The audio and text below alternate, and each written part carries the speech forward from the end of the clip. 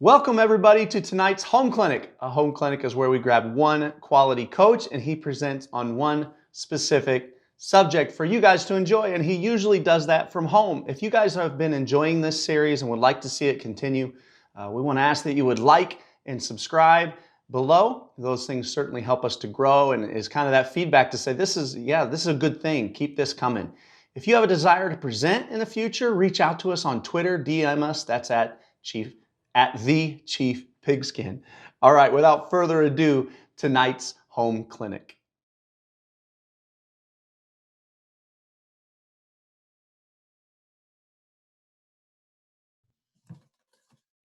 Hey, Chief Pigskin followers, this is Daniel McDonald, head football coach at Our Lady of Providence High School in Clarksville, Indiana.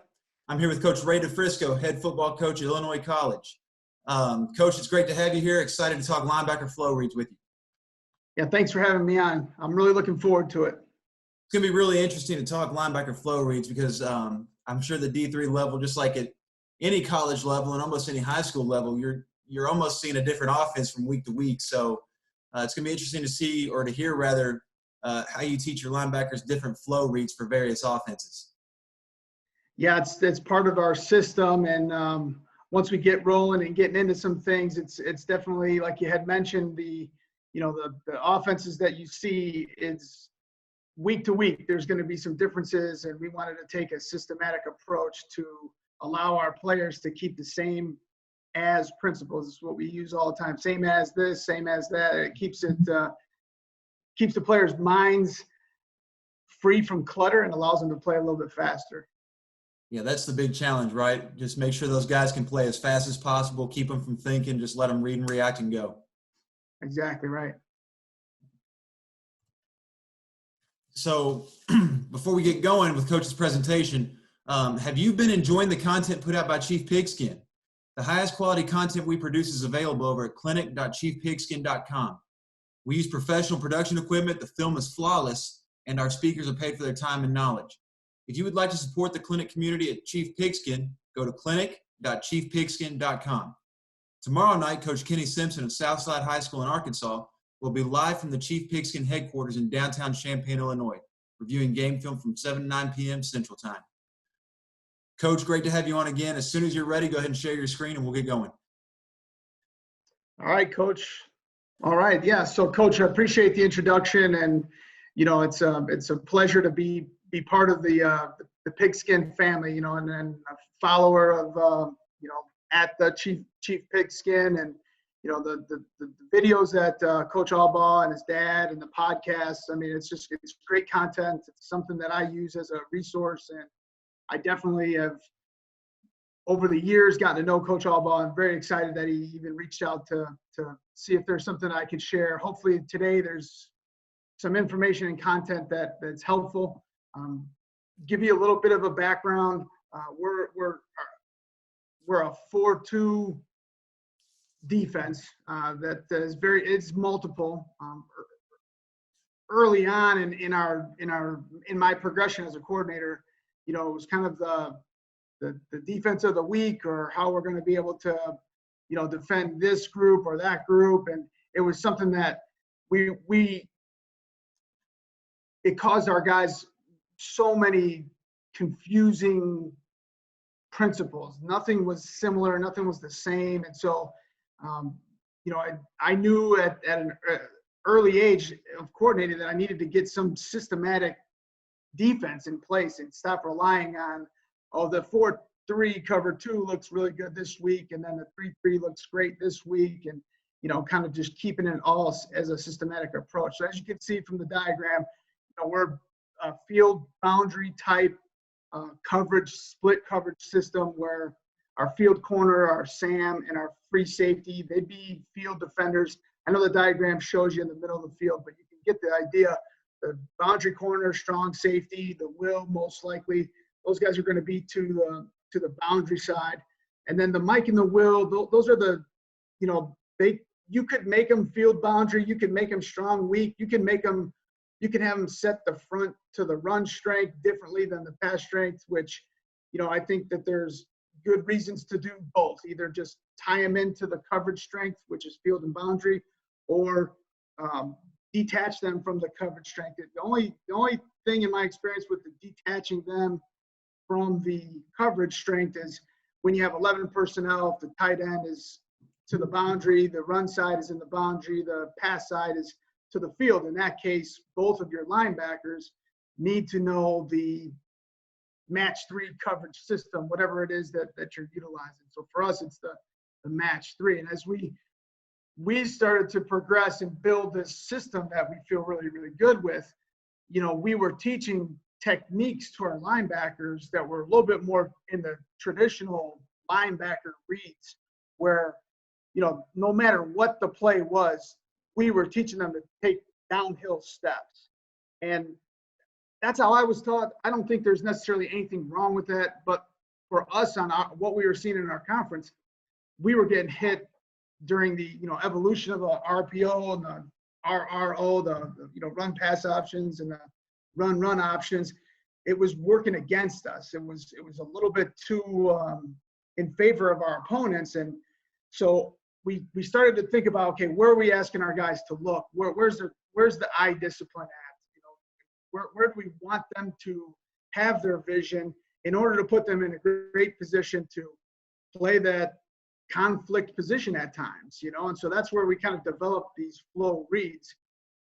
And the concept behind it all is to teach the linebackers how to play the read side in an RPO system or a single back system, and how do you teach them to play the 2-back tight, double tight, heavy run type of techniques. And so we split them up and teach them both at the same time. So if the back is offset, that's the read side.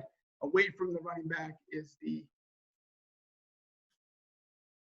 call that the run side. And the alignments that we ask our backers to go in also play a factor. So if we have 3 basic alignment spots that we want the inside backers to be in. We want them to the ideal technique is just within one gap of whatever gap you're assigned. And you have to always be conscious of where number 2 and number 3 are. And that'll also help you if you need to bump. So in the diagram in the top right, you see the will linebacker. He has a number 2 receiver to his side. He has to bump, and then his rule is no wider than that end man line of scrimmage. So even though he may have that B gap in that top right diagram again, he may have B gap, but we're going to slide him out a little bit further. And there are some times where you might have to cancel a gap depending on the front. So for example, if the top right diagram again where the will is bumped, if that was an under front where the 3 technique was to his side, he may want to post-snap or pre-snap cancel that A gap, which he has now avoided a whole gap to accommodate for the split receiver. So that's kind of the bump rules. And then the apex, which everyone's familiar with apex, splitting the difference between the end man line of scrimmage and number 2, number 3. I've heard it split very many different ways. For us, we just use number 2.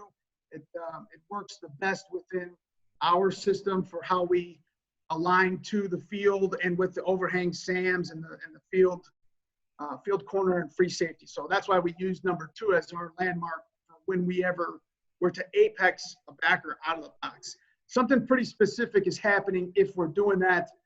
Very seldomly do I feel comfortable with a 5-man box, the way that bottom diagram looks on the left there, versus the 10 personnel, 3 receiver set.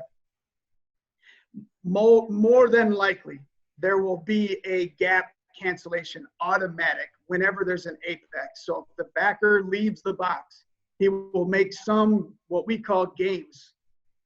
It could be a pre-snap, just shift the guys into an alignment, whatever that call may be. For us, we may use terms that are week to week or part of our defensive fronts. So for example, if we can easily get them from an over to an under, we'll use that word, or a slant gap post snap where they may be taking from their alignment, slanting across the face of an offensive lineman. But I want to make sure that the linebackers are the techniques that we're using and their basic A&A, their alignment and assignment rules, they're so simple because I want them to be flexible, which they're going to need to be. Play to play is going to be different formations. It's going to have different personnel groupings, 2x2, 3x1 out of 10 personnel, 11 personnel. And I want them to be able to process the information that, you know, makes them the field generals that they are, right? Down and distance. What's the down and distance? What personnel group do they see? What's the formation? Do we need to check into something? An automatic formation check. Our AFCs, we usually carry about two AFCs per week and 2 ABCs, automatic blitz check and automatic formation check.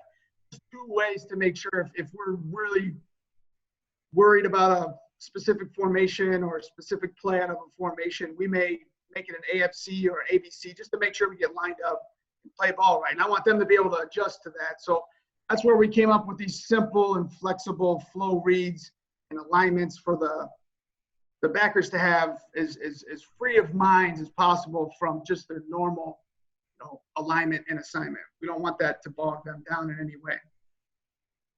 So backers right here in this screenshot, you see this is an ideal alignment for these guys. They're pretty much in their gaps. It's a 2x2 formation.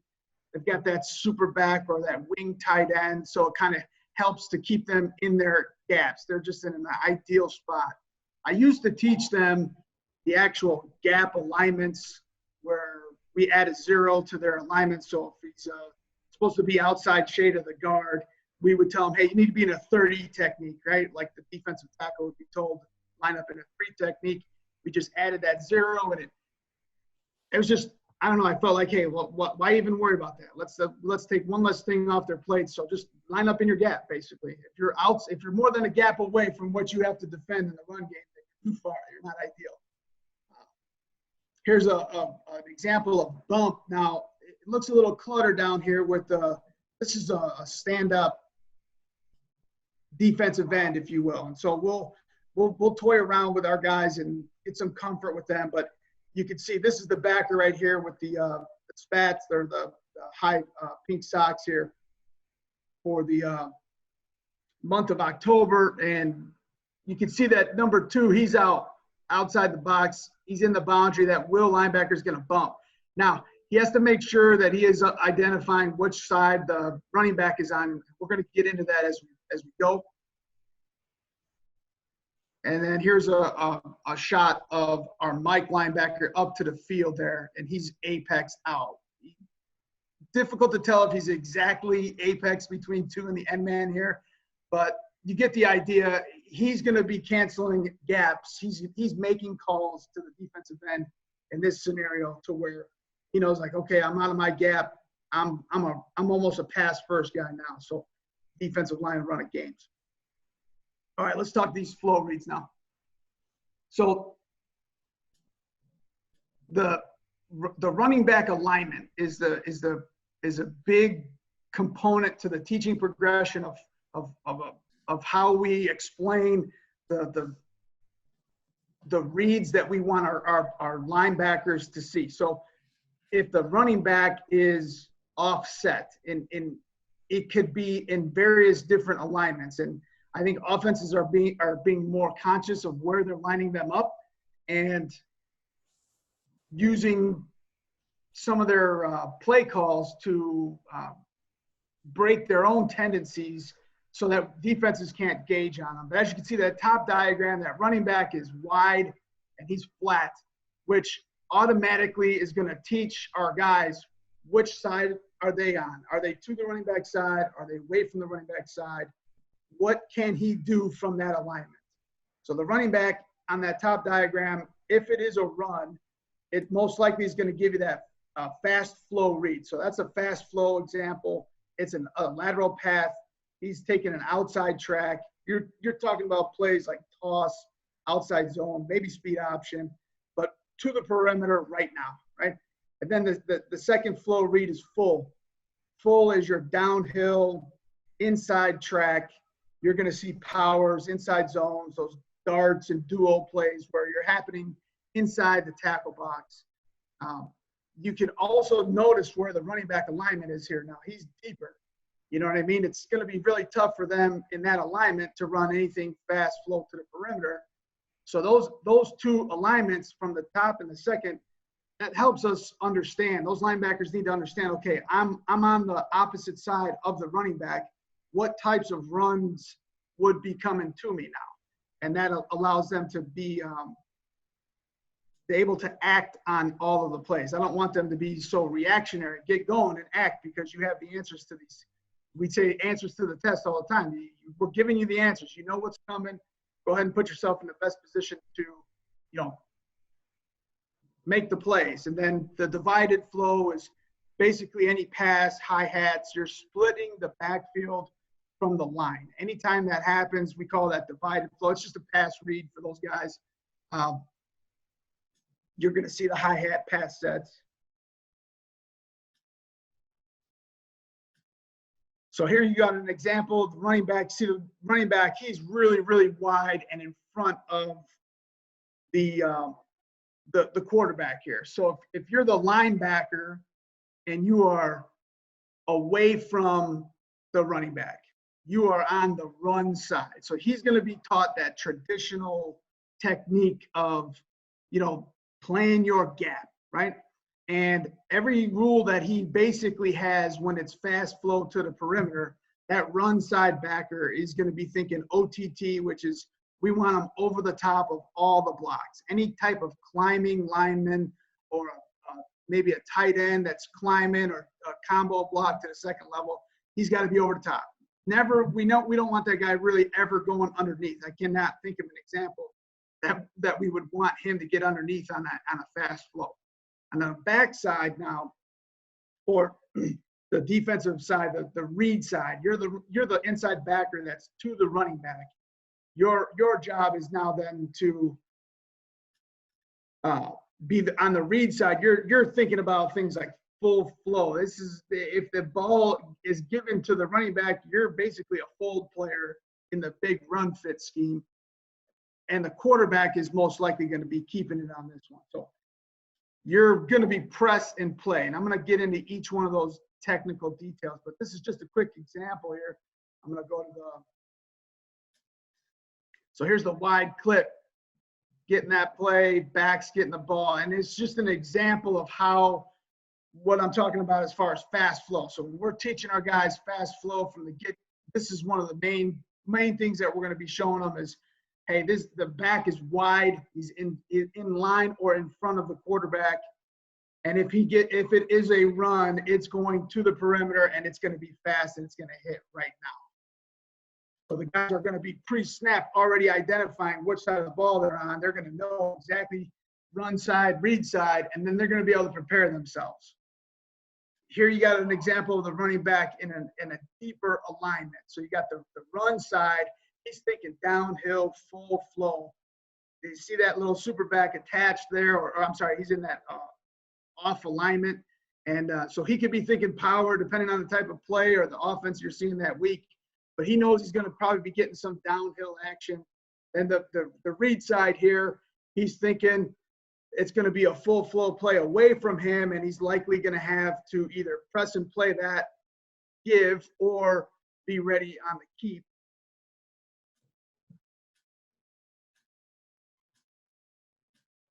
So here's the example clip that I'd be using with the guys again. Like the running back is deep. He can't go fast to the outside. So we want you thinking full flow here, full flow, full flow. So that's how we're ingraining these concepts in the players all week in a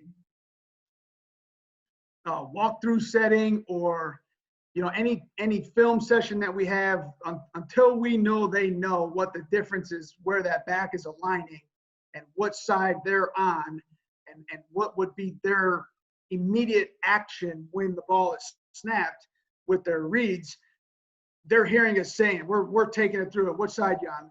Read side. What's your rules? What's your keys? We want that ingrained. We want that to be part of their automatics. So again, it allows them to focus on some of the more important things like down distance, formations, personnel groupings.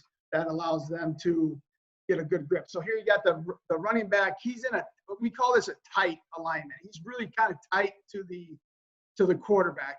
Most of the time, this is an indication of a pass for what we see in our conference.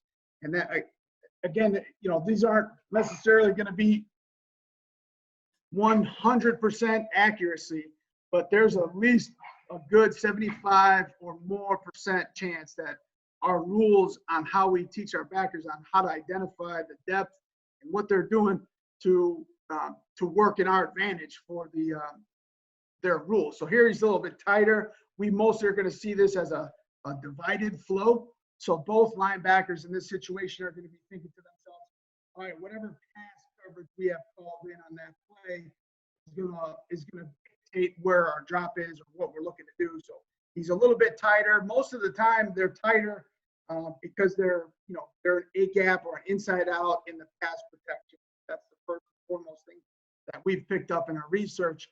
And the other thing that we can kind of get a gauge on is when they're in that tighter alignment here, there isn't a lot of room to manipulate the mesh between the quarterback and the running back. So that's another key giveaway that we try to focus on. So when they're tighter or closer to that A gap, we're usually anticipating them being a inside out pass pro or check release through the A gaps. Sometimes we'll see some split protections as well, but that's a topic for another clinic talk. So hopefully that gives you a little bit of a good idea of how we're teaching them to identify the alignments of where the back is and then what their responsibilities would be when the play is going out. Once the ball is snapped, they'll be already in the ability to attack their responsibilities because it's ingrained what side of the ball you're on.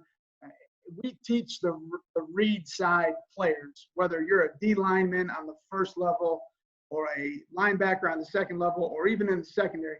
We teach them some pretty basic concepts on the read side just to make sure that they're prepared in the event that they're read, because we're seeing that the evolution of the RPOs, in the early stages, they were just reading that defensive end on zone read stuff. Now they're reading the backers and even the safeties and DBs. So our basic rule that we tell them is if read me equals QB. That's their rule. If you're the read, you're responsible for the quarterback.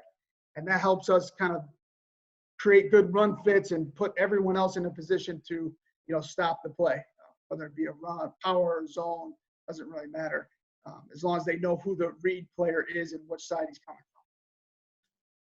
So what we drill this regularly for the backers. And this is just a 4x4 drill progression that I'm going to take you guys through. We're trying, in the early stages, we're trying to eliminate false steps. One of the things that I had mentioned earlier is we used to teach them to automatically step forward, which, again, it's not necessarily the wrong thing to do. It just doesn't fit for what we're trying to get accomplished. So we want to eliminate false steps. We want them to mirror the steps. We want their flow should be mirrored steps, efficient, remove anything that's false, and then teach them the concepts in the same direction. So the diagram, very basic diagram, I get it, right? But just want to give you an idea. I've got some clips to show you as well, but you're just going to go in a four cones, 5x5 spacing apart, and you're going to teach the techniques. The techniques that we use is strike and shed on the play side and press and play on the backside. And so no matter what, this drill allows us to get tons of reps, and it focuses on, early on, we want to make sure we're eliminating those false steps, and we want the players to understand whether or not they're on the run side or the read side and what the expectation is on how to get to the football post snap. So again, on the front side, if you're on the run side, you're going to be doing strike and shed. So in this diagram, the ball is going to the left, the backer on the left, he is the play side linebacker. He should be strike and shed past any blocks. The backside linebacker typically is the read side linebacker and the RPO stuff. He's going to press and play. We don't want our play side backer to press and play, which is also referred to, you see, dip and rip. We use dip and rip as a term for a pass rush move, but it's the same type of technique. Dipping that play side, keeping that, take your inside shoulder to the ball and just ripping cross face of the offensive block, things like that. We say press and play because we want to press the line of scrimmage and play the ball. Gaps move, balls outside your gap. You want to make sure you're taking the path to the ball with that, basically that dip and rip technique. Let's take a look at some of these here. So early on, just want to mirroring steps to try to eliminate steps. So we're just lining players up in front of them, and we're just telling them which direction to go. Get their feet moving in the same direction. Go with the flow of the backs. So this would be understanding. This is a fast flow type drill for us and where to fit. But the concept of what I'm trying to explain, hopefully you're gathering, is we don't want them to step forward. So their foot, if you're watching just their feet, we want their feet to be going in the direction. As I look at the backer on the left here, that backer on the left, his left foot, to me, is a little too slow. He should be automatically stepping left because that's the direction of the flow that he's seeing in front of him. Easy way to correct it, make sure that it's being taught properly, get the camera out. Everyone's got their phones out at practice, and just boom, get those indie drills recorded. Really help those guys to work on some of the things that you are telling them in films that, hey, you're doing this wrong. We need this to get fixed. Great way to do it. So then when we get into the strike and shed, so now I got their feet right. I know that their feet, they understand mirror. They get it how to, be working their footwork into the flow of the play, the mesh with the running back, the quarterback on the read side or on the run side. Their footwork's good. Now let's talk the strike and shed. I'm a big fan of this sled. I hope I'd never have to get rid of that sled. I think is like literally 30 years old. Anytime we go out to the grass fields, we pull the old sled out. But on the turf, we do have a new sled on the turf. Nice one. But that's an old school sled, old school mentality. Anytime you're striking shed, in my opinion, you got to make sure that the guys are getting fully extended, lock out, run your feet through. Whether you're a D lineman, linebacker, you want to be in that good posture, good position, get your hands up over your eyes, run your feet through. No better way to do that and simulate that than, on a sled, really work that explosion and work the feet all at once. So this looks a little bit more, this is a little bit more of that 4x4 drill. Now, you're going to see us in a situation where, both players are working the same technique. Early on, that's how we do it. So if this was day one or day two of the drill in the progression, we would be saying, okay, both backers press and play, or both backers strike and shed until we get the techniques down. Then once we get the techniques down, we'll tell the running back, or we'll tell him, all right, we're going to the left. So the backer on the left, you're the strike and shed. The backer on the right, you're the press and play.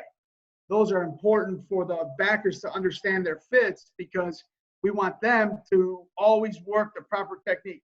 If the play side guy, I'll give you an example. If the play side guy, the play side linebacker is working a press and play, he can easily get washed out of the play.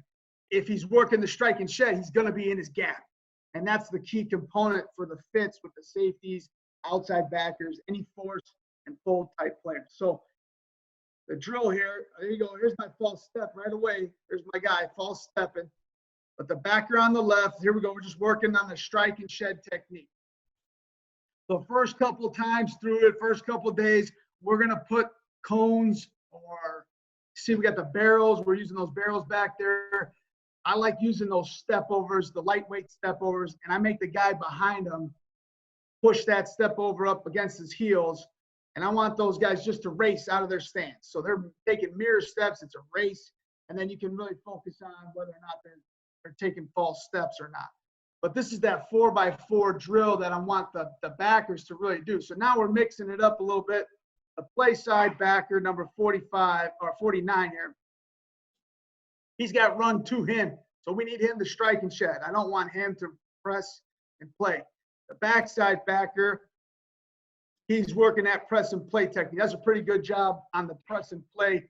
I want this strike and shed to be a little bit more thicker. That's a little bit more of a, you know, I want that shoulder to slip away from that contact, but not right away and not so loose where it's unrealistic. Get into it, get thick, you know, take on half a man, extend your arms all the way through, you know, thumbs up, elbows in, typical strike and shed techniques. This is a good job on the shed, but as you can see, the further he dips that shoulder back away from him, he is now taking himself out and twisting his body, which is what we don't want.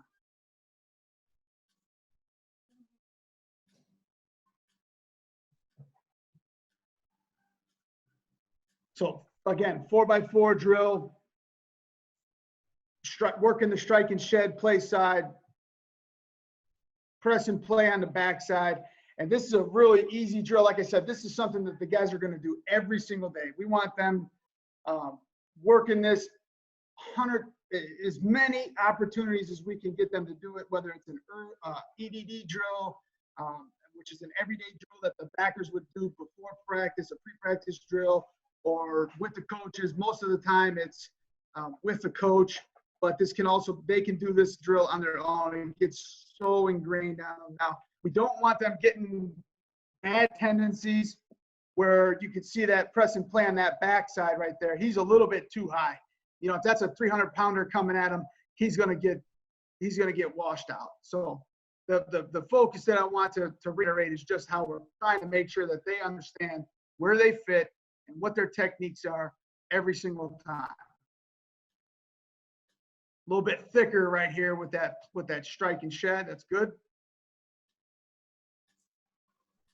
I don't want to see them turning so far to the sidelines. I want their shoulder pads as square as possible when they're in that strike and shed.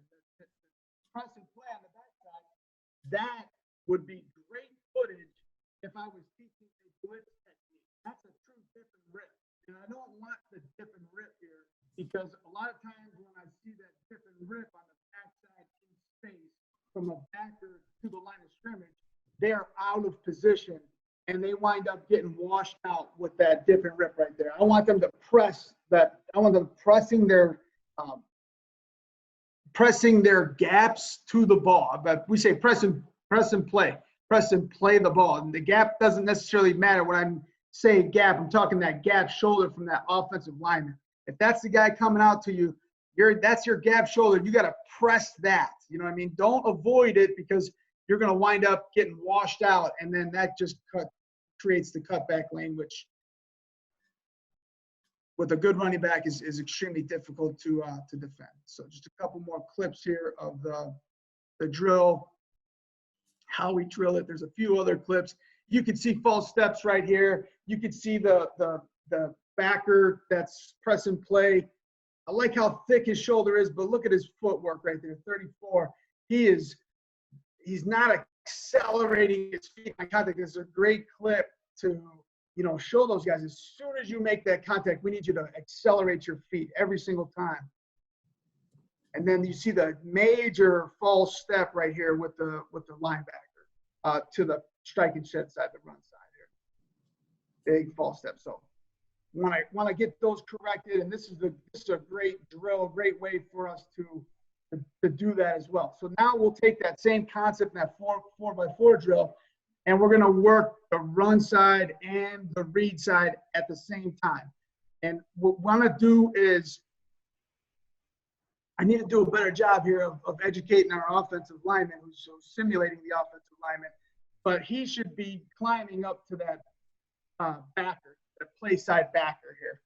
He should be climbing up, and that's his run side.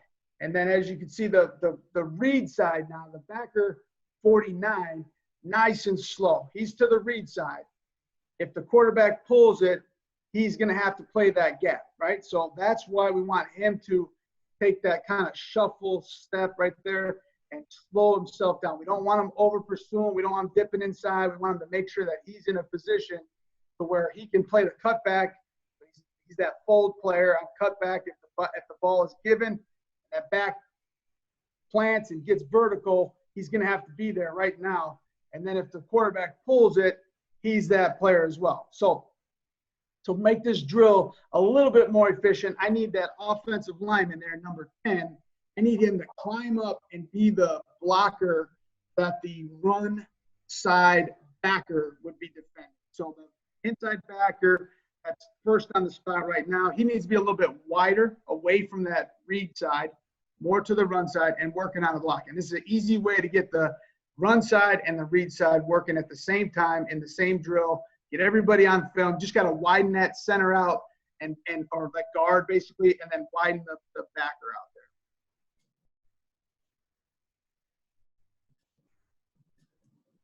See 34 again. That backer's got to get the guy's got to get up to that linebacker. That'll really give that read backer an idea of what he's seeing, how he's seeing it, and then it also allows you to utilize that backside read player and his flow on where he's going and what he's doing.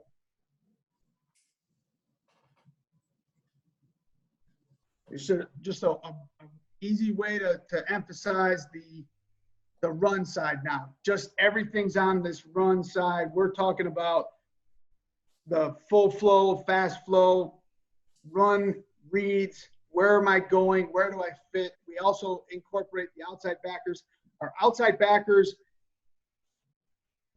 have a little tweak here and there on the rules, but for the most part, they are just as they're on the same page with inside backer flow reads. So 16 would be simulating a force, and then the inside backer here, we want them coming downhill, straight, or shuffle, alley. A lot of times on power and gap schemes, he wants to make sure he's over the top of the blocks and inside out on the ball carrier. Over the top of the blocks and inside out on the ball carrier. That'll put that guy in the proper position at all times. And then as we progress to the types of plays that we're seeing, power plays, just slow things down a little bit, walk them through it, talk them through it, make sure they understand exactly where their fits are so that when you do go from a 10 personnel team to a 20 personnel team, that the guys are seeing the same things over and over again. They understand exactly what their responsibilities are, and they're executing at a high rate. So we got a 2x2 set here. We're in a 3-4 look. One of our outside backers is that hybrid type player where he can play the C gap from the line or off the line.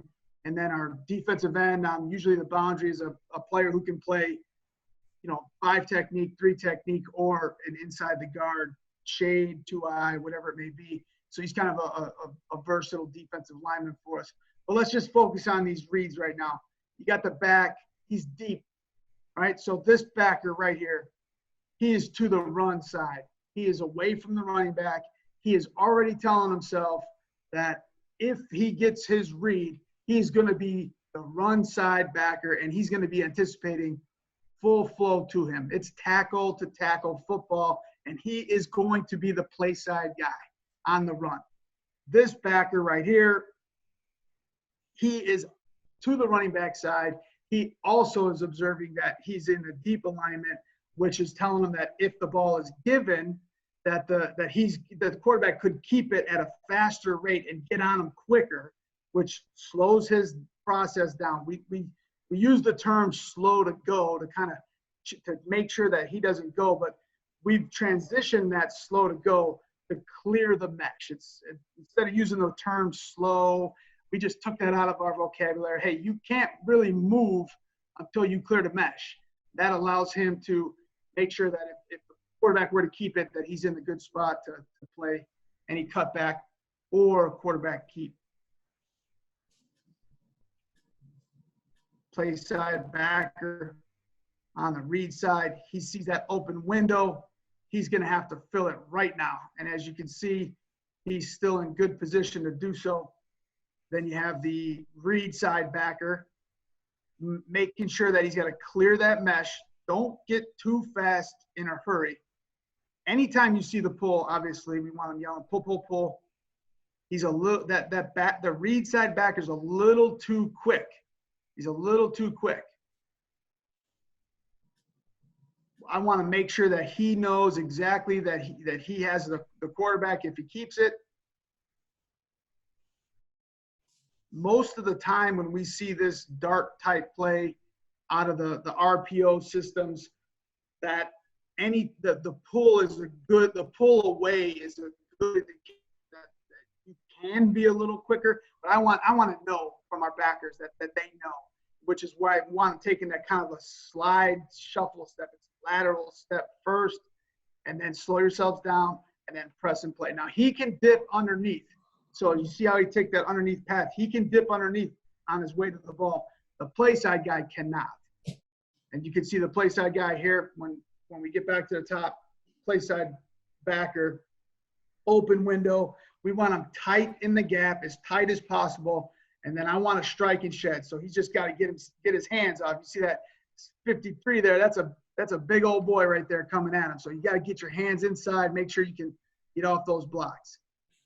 Luckily for us that our linebacker was a thick enough player to be able to, take on that weight. So 21 on the read side, left of the screen right here. Open window. He's got flow. Boom. Get in there. Just better job with the hands. And the read side backer, make sure you clear the mesh. Let's really key in. Let's see if number 2 really clears the mesh before he goes. I think he's a little too quick. He's already going, and that quarterback, running back is still in the mesh. So that's one little thing that we're going to be coaching him up and grading him and making sure that he knows he can't go too quick until the mesh is gone. It's just a third view here. We'll go past it. So that's probably the most important versions of what the backers are being taught and what their responsibilities are. So day one, they're going in and they're telling themselves, "Hey, what side of the ball am I on? Am I on the weak side? Am I on the strong side?" We want them to just see the back. Where's that back at? If the back is in the pistol alignment, then both backers are auto run. So we don't want to get caught in I thought I was, or I thought this, or I thought that. So we just make it automatic run for both backers in the pistol.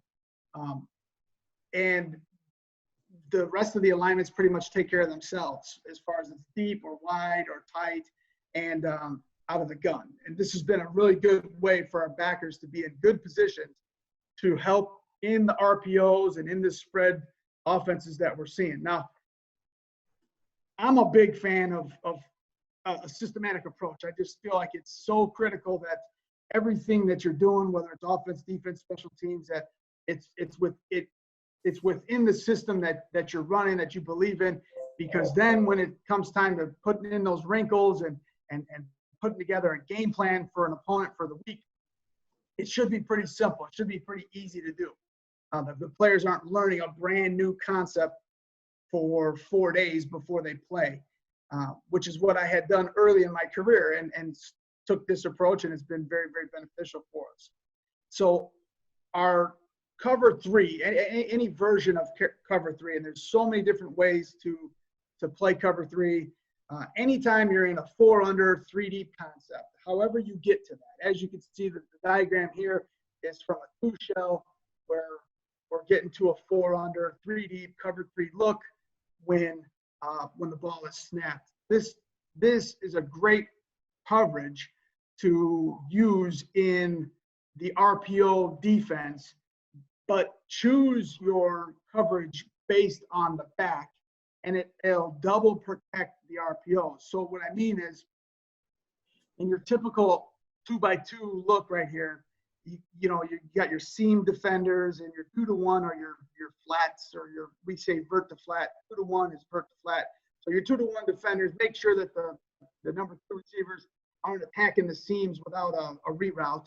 And then you get all the way out to number 1, your typical cover 3 stuff, right? But if you chose which safety is buzzing down or spinning down or rolling down based on the running back.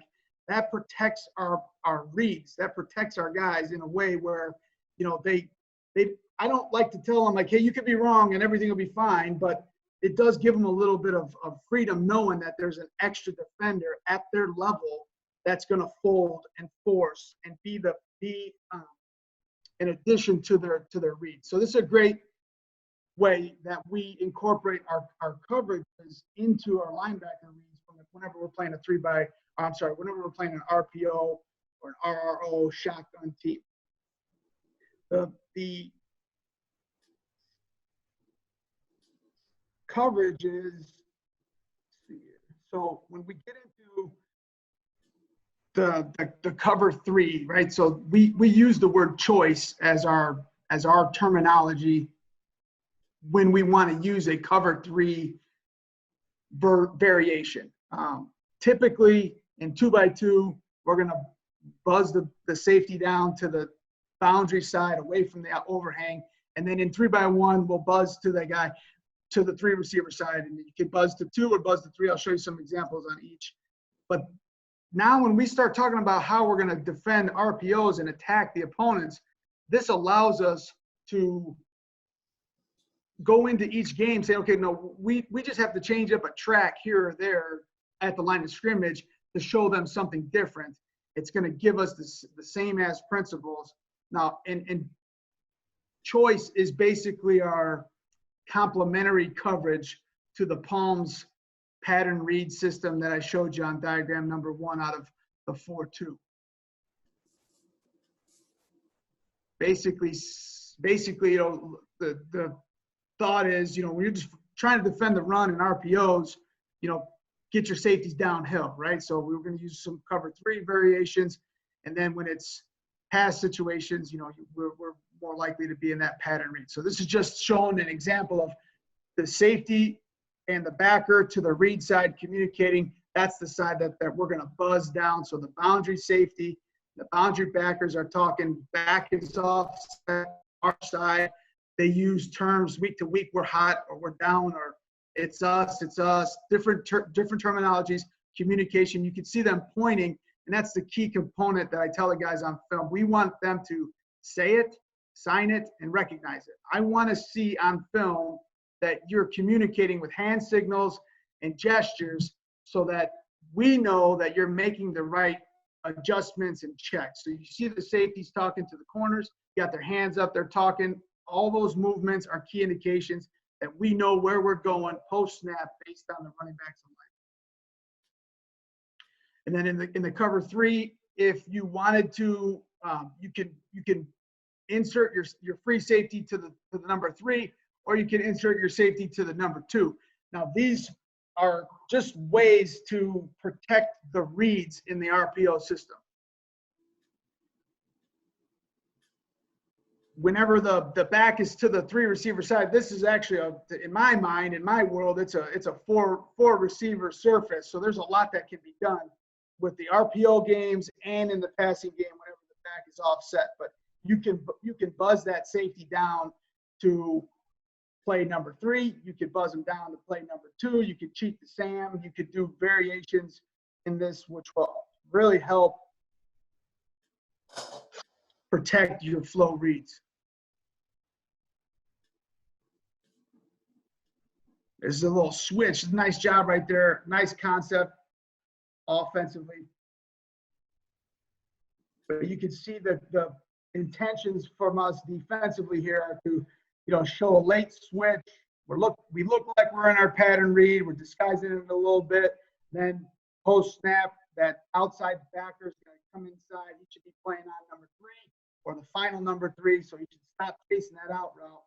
That's what the free safety is coming down for in the first place. So that Sam or that outside backer there, I'll show you again. That's Sam who's disguising it with his tilt.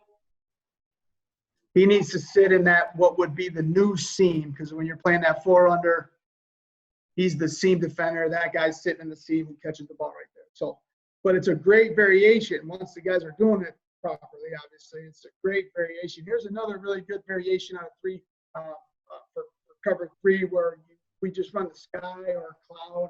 The corners just basically playing a trap technique to the field, and we're going to wind up rolling the coverage and forcing the the ball to go inside. Don't let it get to the perimeter where they may have some numbers. There's 3 receivers out there. Let's trigger the corner. Boom, get up in there, and that's that trap technique. It's just now you got to roll the coverage over the top. It's still 4 under, 3 deep. It's still a variation of that cover 3. All good variations on what to do. Now, the big topic that I hear all the time is, would you prefer the man stuff versus the zone coverage to stop the flow, to stop the RPO stuff? And I think it's great. You got to mix them in both. I don't think you can just do one. I feel like you have to, show some variations within your system that allow you to not be in the same cover 1 or cover 3 when you're dealing with some RPO. So there's times where we'll just go ahead and say, we want it to look like cover 3, but we're going to go ahead and play man to man, and that's been helpful for us. The backers and the safeties on this particular clip are a little too quick, but we want to make sure that the guys are getting to where they're going and be aggressive into the man. That way, it's going to really help force those reads from the quarterback. The more you can disrupt their reads, the better your defensive players are going to feel, because the advantage then becomes on us. We get the advantage defensively anytime we can disrupt that rhythm, that timing of the mesh, whether it's reroutes, collisions, delayed actions with your footwork. If you're a read side player, linebacker, you'll want those read linebackers at times to just not move too fast at all. Sometimes just being a little bit, when we say clear that mesh, slowing themselves down really helps and gives us the advantage, because quarterback could be indecisive, put the ball on a deck, throw a fumble, wrong read, take an unnecessary hit. That's the last thing I want for our Q, is to take unnecessary hits on any kind of read game. So those are some complementary ways for us to utilize our coverages with our techniques. Now, I start in the secondary, and I learned that the stuff in the front can be fixed much easier in between series than your coverages, right? So you're making adjustments in game. You're not going to be able to adjust a cover 2 system to a cover 3 system, which is why I always start in the back half. I always start in the secondary. Then I work my way up. I work my way up to the line of scrimmage. And now how are we going to attack this RPO with our read system, our linebackers, or run options or run pass options to give us some gap exchanges post snap and allow the backers to play fast, but also give them some mix-ups and change-ups, so it's not just in your coverage. But last thing I'm going to want is our defensive coordinator to be in between a series trying to go, hey, we can't run cover 2 anymore. We need to run cover 3, and that they've never heard that before. But it's pretty easy to tell the defensive end, hey, from now on, we want you to run the edge stunt, which just slants their gap into the B gap there for them, and then that gives us a different look, almost at times a different front, depending on post or pre-snap movement. So the point that I'm making here with the run reads now, if you're the Mike linebacker and you're the running back is in the deep alignment, it's written in red on the diagram there. It's the R is not there for the actual running back, but he's in the deep alignment. That Mike linebacker, he can easily tell the end, hey, slant your gap, whatever you guys call it, whatever the term is for him to work a slant gap post snap. And then now that Mike on the play side, he just needs to know, hey, I'm the run side. I'm getting most likely a inside zone dart track. Now I need to hug that C gap tight because I'm canceling that gap with the defensive end. That can be called in from the sidelines or also from the backer as well. I like giving those guys a little bit of freedom. The more that I know that they understand what their reads and their alignments and assignments are, then I start giving them more freedom. Hey, make sure you understand what's happening here. If the running back is in this alignment, things along those nature, all the while they're processing that down distance, personnel, formation, family, things like that. Now, when we're in the 4-man front, though, we want to make sure that the defensive linemen are fitting as well to how our backers are. So the inside tackle there, that T, he's a level 3 player for us. That's just running the heel lines and heading to the running backs near hip, or the ball's near hip. And then the play side knows that guy, he's just trying to penetrate. He's trying to get upfield and cause havoc to the play side. Those run fits for them, again, fall in line with how we teach the linebackers their flow reads. So when we talk run fits defensively, how are we going to stop this play? How are we going to stop that play? Everything is within the systematic approach. So sometimes just slanting that end inside could be very, very beneficial, but also it doesn't change anything for those backers. This frog technique, the bottom diagram on the right, this is a pretty unique technique. I think it takes a pretty special player practicing linebacker. So it's their games call, or their version of their games call. We call it frog for TCU, teach those defensive ends. Anytime we get that Mike apex outside that box, here's how we're going to cancel this gap for you. Run reads, flow reads still stay the same for the second level guys. Other variations that don't get into the way of our normal flow reads is anytime we want to switch up that read side, especially the read side, there's different ways to do that with twist games, with slant gaps, with faking out the quarterback, who's the read player, who's not the read player. In this diagram, the will linebacker or our defensive R, the end, they could easily be the reads depending on the offense that we're going against. So we want to be able to have ways to slant gaps and then post snap give different looks, but don't take us out of our run reads. Don't take us out of our run fits as well. So the pirate stunt on the bottom right is a variation twist. It's a run stunt.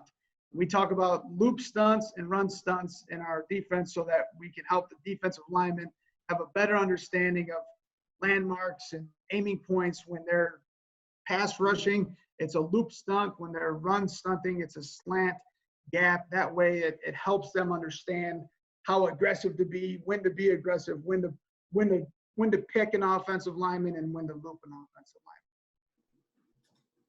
So the Zorro stunt, this falls right into line with our read stuff. If typically speaking, the defensive R, the end to the read side, is our ranger.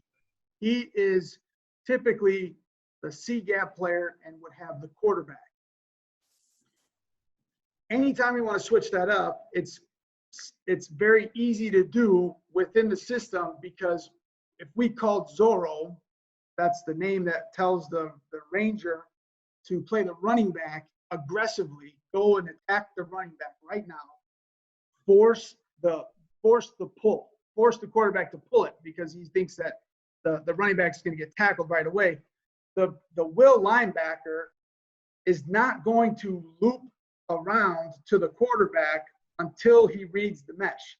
So he's not automatically doing it. The ranger is, the will is on a read blitz. Once he sees it, then he loops. But that's how we teach it every single day. That's how we teach the guys to get to where they're going, because they need to do that. So the pink socks at the top again. Okay, so he's on that Zorro track. He's a little too close. Like, he almost gets caught up right there, but he knows that he's reading. He's got to clear that mesh. He can't go fast. If the quarterback pulls it right now, he is looped to contain. Our defensive end here gets caught. Instead of getting down the line of scrimmage and hitting on that back right away, which he starts off doing, and then he just sees that pull, the ball fake and play fake takes him off his path.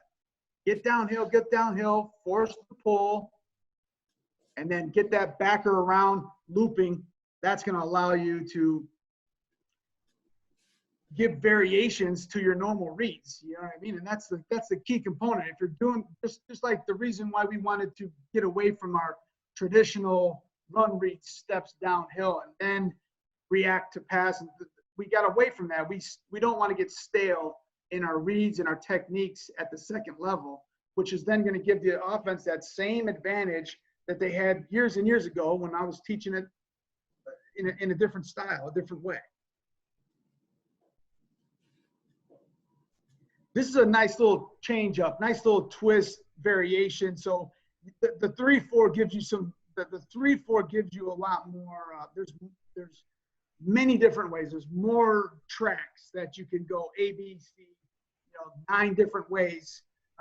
So that gives you some unique ways to really mess with that read side, which I think is very, very critical component to defending a RPO, RRO team. So the boundary side here, if you take your attention to this boundary side, instead of the will linebacker being the read side linebacker here, we're going to just send them on a blitz, and then this stand-up backer then becomes the read side backer. So we're switching their alignments. Actually gets a nice little run through, but you can see 42 then becomes, he's no longer the running back player. He's now the read side linebacker. So he's got to take those steps. He's got to make sure he clears the mesh, and we just send the backer. But we're just getting back into a 4-man front here. Nothing too special. Very effective though when teams are seeing you run it a specific way. They're chasing it a specific way. The reads become easy and consistent. And then you just switch it, whatever the call is, whatever the exact terminology may be, all depending on your personal playbooks. The last variation I got for you, one of the better variations that I feel like we run, also allows us to keep everything the same as we're going to run this with our choice coverage, which is that cover 3 or variation of cover 3. This is this technically, if the ball is given to the running back, which it's designed to force the give, we would wind up in a 3 under 3 deep. So we'd be bringing an extra player, bringing a 5th guy, and then inserting a safety. So it's still, in my mind, it's still a variation. We're just one less on the underneath coverage, but it's a blitz that's designed to give you the advantage in the RPO game, where instead of the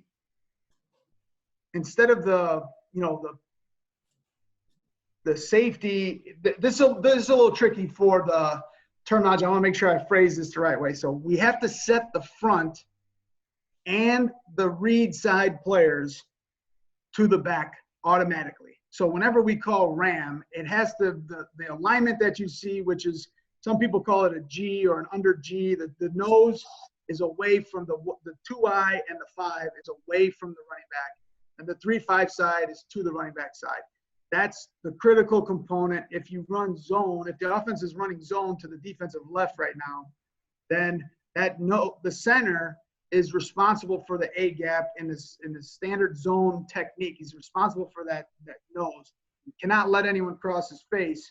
So by crossing his face automatically, that puts that center in a tough bind. And sometimes it gets the center to turn their bodies and turn and open up that gap. And then the Will, he's on a dotted line because he's only taking that track if they give the ball to the running back. And if and when they do, he's got a clear shot to, meet that running back in the hole in the backfield. It's a nice deal for us. A couple of key components here on this run blitz, though.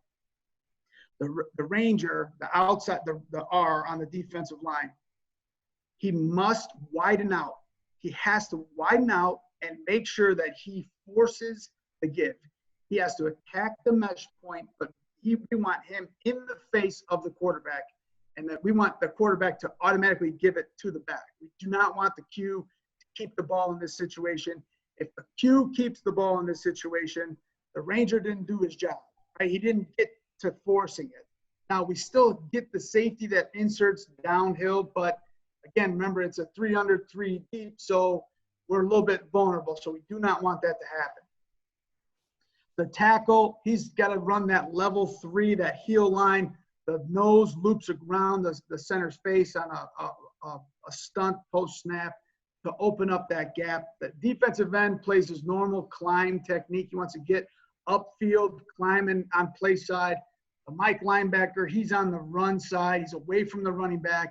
So he's just reading his normal gap. If he gets flow to him, he's gonna either he's gonna strike and shed or play his gap with a press and play, depending on the alignment of the running back. And then if the will sees the mesh, then he goes and loops inside. So this is a really, really great blitz. We use it quite a bit.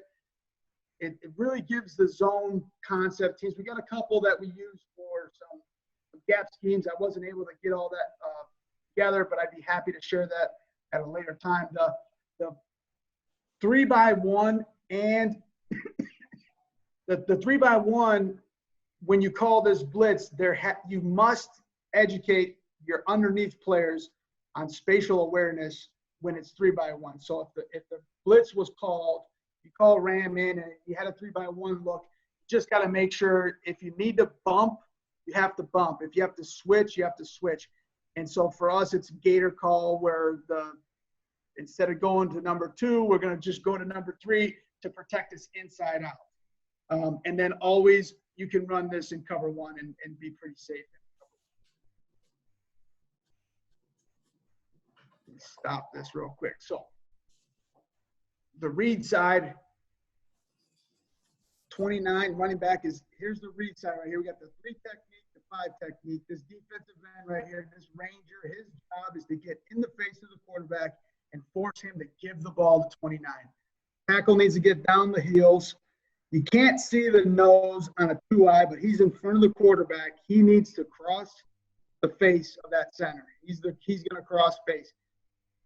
The Mike linebacker here, this is his normal gap. He's in an ideal alignment. He's playing his normal run reads. He knows that if it is a run, it's going to be a full flow run to him. So he knows strike and shed or press and play, depending on the gap or the block that comes to him. And then 13 right here, this is the linebacker that we're going to want to make sure is playing through the read. So if he sees the mesh, then he's going to loop for the running back here. Get rid of these. Here we go. Nice, easy stunt. The center gets, oh no, he opens it up, and we're gap sound everywhere. Actually get a nice little poke on the ball here.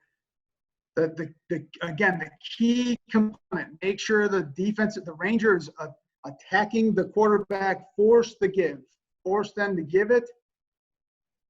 If you're the backer, don't see that 13. He's cheating on me. He's cheating. Check it out. He wants to make sure he sees the mesh. See the mesh. He's already going. Which, if you go too soon, that could happen right there. The offensive lineman will make their adjustments. You know, the offensive line units, typically speaking, you know, play as one. They're very cohesive group. They will sort this out quickly, and a good offensive line coach should be able to communicate with his players like, hey, if you're seeing a cross face, pass it off, bounce it, or give them help on the inside, whatever the coaching points may be to correct this. But as soon as they make their adjustments, that's why you then fall back into your zonos, your switches. This is just a really unique way to have multiple ways to stay in your flow reads as linebackers and then systematically be able to defend the RPO games and things like that. So 53's on the run side. If he sees his gap opening up, he's going to get downhill. He's going to press his gap. He's a little too slow. Get up there, play the ball though. Don't get too wide. See, I don't want him just flying out there. And he took a good path because of the depth of the running back. That should have indicated to him, like, not too worried about fast flow, so I better get downhill right now.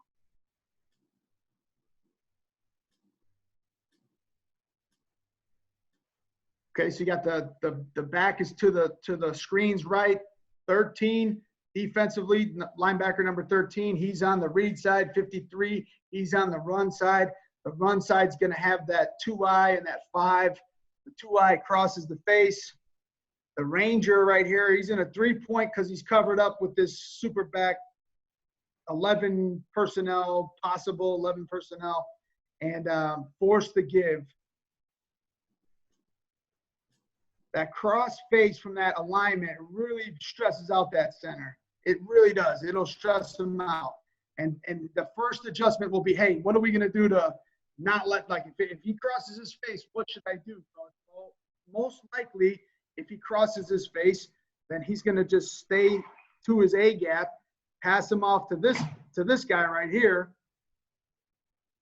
He would then take him the zone concepts. He would then try to climb, take the 3. But then now what that does for us is it then opens up him. It frees him up. So that's where you get creative with your switches and Zorros and all the different ways that you can attack the read side, because that's the side that they're attacking. And you want to make sure that everything stays consistent and systematic. And I'm an open book, open door, and I don't ever want to feel. When I was a young coach, I remember the awe it was for me to have someone open the door and really jump into what does that all mean. You know, in clinics, you hope that you can take one thing away from a clinic talk or a presentation, and hopefully some of you got that today. But do not hesitate at any time. I'm available to set up a time, a Zoom meeting, a conference call, whatever it may be, to talk through some of our techniques and systematic approaches to what we're doing. But I would love to just thank the at Chief Pigskin family. This is a really cool opportunity.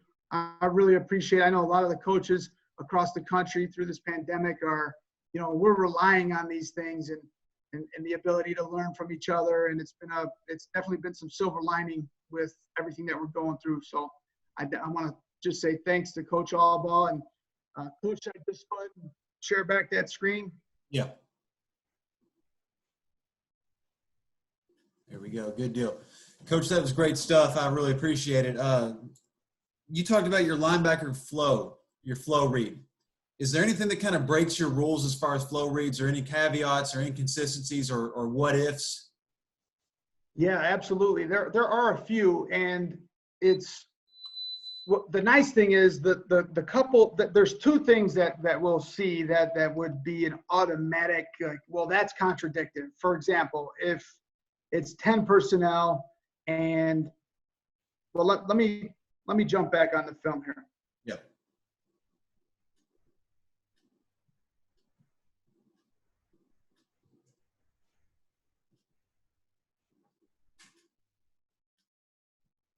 This is what we're going to see more times than not. That's going to wind up contradicting some of our base rules.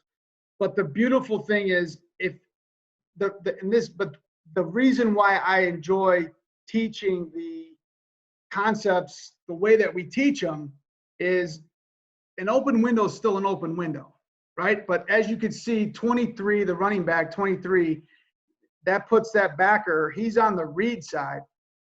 So he's not anticipating play to him necessarily.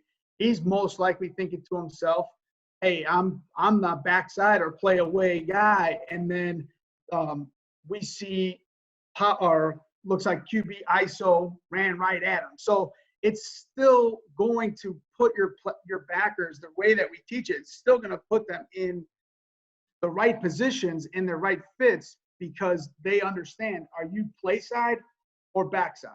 So even though it's not an RPO, they still understand play side, backside. If I'm backside, I've got to press and play. If I'm front side, I've got to strike and shed. So but the nice thing is you don't see quarterback power and quarterback ISO on a consistent basis. Right. It may be a little wrinkle here or there, but it's not going to be. I don't see anyone that's going to run down the field, or that's going to be what they're trying to do to attack us or beat us.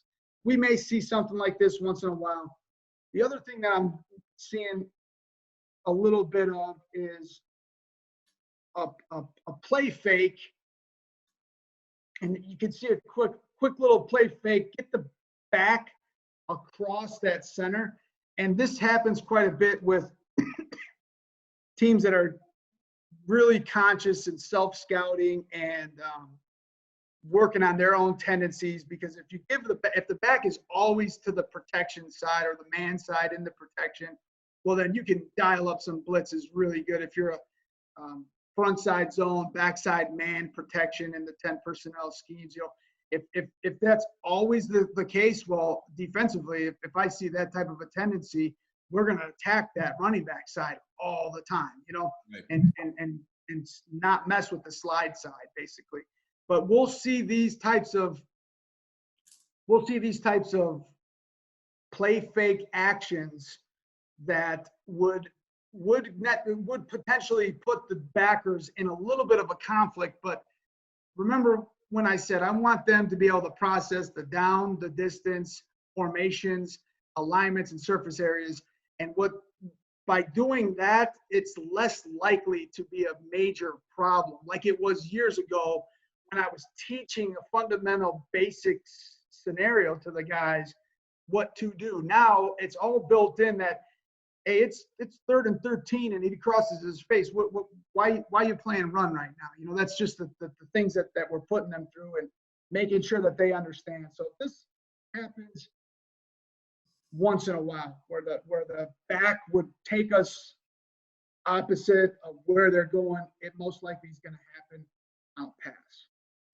So to answer your question, we do see some contradicting, actions out of the backfield in our conference that we need to make sure that we're always staying on top of. And that's what we do in our off season is, we want to make sure that we're, after learning my lesson years ago about the way we were teaching things, that's that self-scout. Okay, what are we teaching? What are we seeing?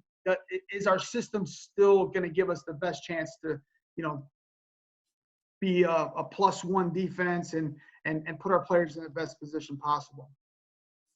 Yes, sir. Thank you, Coach. We really appreciate it. If you like this video, please make sure to like and subscribe. And for more videos of this quality, of this nature, be sure to check out clinic.chiefpigskin.com. Thank you, guys.